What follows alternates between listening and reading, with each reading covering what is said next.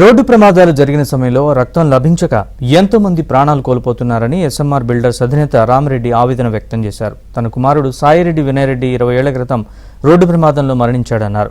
కుమారుడి జయంతి సందర్భంగా Vinay Raj Reddy memorial trust ఆధ్వర్యంలో రక్తదాన శిబిరం ఏర్పాటు చేశారు.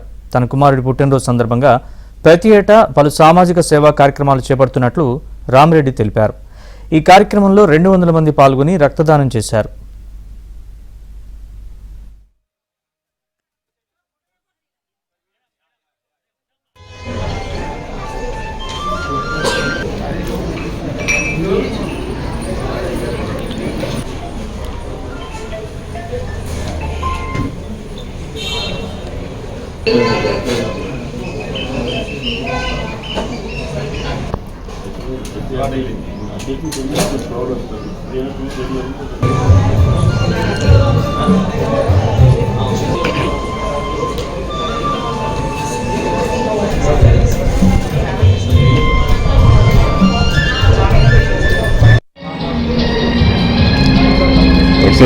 ఓకే మరి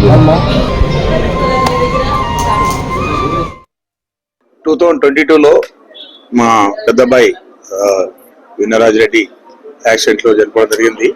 ఆన్ హిస్ బిహాఫ్ ఏమైనా మనం ఒక సోషల్ యాక్టివిటీ టేకప్ చేయాలి. సో దాంట్లో ఆ టైంలో మన చిరంజీవి గారు ఈ బ్లడ్ క్యాంప్స్ ఆర్గనైజ్ చేస్తూ దానికి ఒక మంచి ఊపి తీసుకొచ్చారు. అట్లాంటి పొజిషన్లు ఏంటంటే మాకు కూడా వారితో ఉన్న సాన్నిహిత్యంతో మేము కూడా వారి బ్లడ్ బ్యాంక్ తో టైప్ అయిపోయి అప్పటి నుండి కంటిన్యూగా వెల్ బీయింగ్ గురించి మనము కాంట్రిబ్యూట్ చేయాలి, దాంట్లో మనం కూడా ఒక రోల్ ప్లే చేయాలనే ఒక ఉద్దేశంతో మేము స్టార్ట్ చేశాము.